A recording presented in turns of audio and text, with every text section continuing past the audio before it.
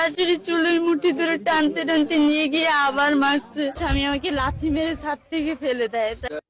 আমার অনেক বড় চুল ছিল, সেই চুল ওরা তিনজন মিলে জোর করে কেটে দিছে।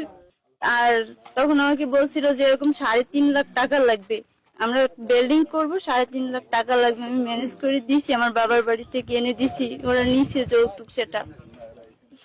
তারপরে আবার দাবি করে আমার কাছে একদিন আমার শ্বশুর আর শাশুড়ি এসে বলতিছে যে বাড়ি থেকে 3 লাখ টাকা এনে দাও, আমরা নিচতলাটা করবো।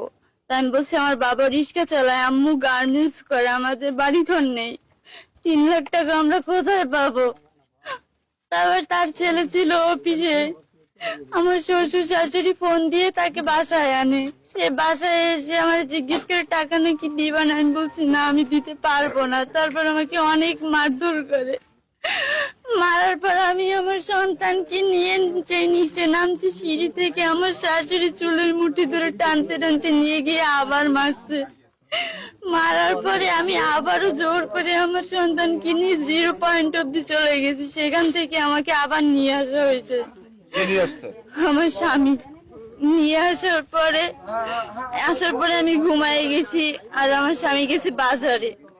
বাজার থেকে সন্ধ্যায় আসছে, সন্ধ্যা আসার পর বলছে তোমার কানে কি কথা ঢুকছে, 3 লাখ টাকা কি এনে দিতে পারো? আমি কি আমাকে মেরে ফেললো? আমি টাকা এনে দিতে পারবো না, আমার কাছে টাকা নেই, আমার আব্বু আম্মু দিতে পারবে না, তারা নিজেরাই খেতে পারে না। তারপরে আবারও মারছে। ওর মাকে বলতেছি আম্মু এসে ধরেন তো ওরে, ও রাজি হচ্ছে না টাকার জন্য। তারপর অনেক মারছে, মারার পর টানতে টানতে ছাদে নিয়ে গেছে, সেখানে নিয়ে মারছে। আমি তখনও মুখ খুলিনি, চেঁচাইনি। তারপর আমার হাতে নাক থেকে এনে দেখি রক্ত বেরোইছে, তখন চিল্লাইছি আমি, কে আছো বাঁচাও। এই এলাকাবাসী সবাই শুনছে আমার কথা। তারপর এখানে কিছু ছেলে পেলে খেলতেছিল বড় বড়, তারা বলতেছে কে কাকে মারে, কোথায় মারতিছে। সেই কথা শোনার পরে আমার স্বামী আমাকে লাথি মেরে ছাদ থেকে ফেলে দেয়। তারপর তো আমি অজ্ঞান। 2 দিন পরে আমার হুঁশ ফেরে, হ্যাঁ এই ছাদ থেকে আমাকে ফেলে দিছে লাথি মেরে। 2 দিন পর আমার হুঁশ আসে, আসার পরে দেখি আমার স্বামী আমার পাশে বসা। তো সে হুঁশ ফেরার সাথে সাথে আমার পা ধরছে, বলতেছে যে কাউকে কিছু বলো না, আমি তোমাকে নিয়ে সংসার করব, টাকা আনতে হবে না, আর তারপর যদি বাড়াবাড়ি করো তাহলে আমার সন্তানকে নাকি মেরে ফেলবে।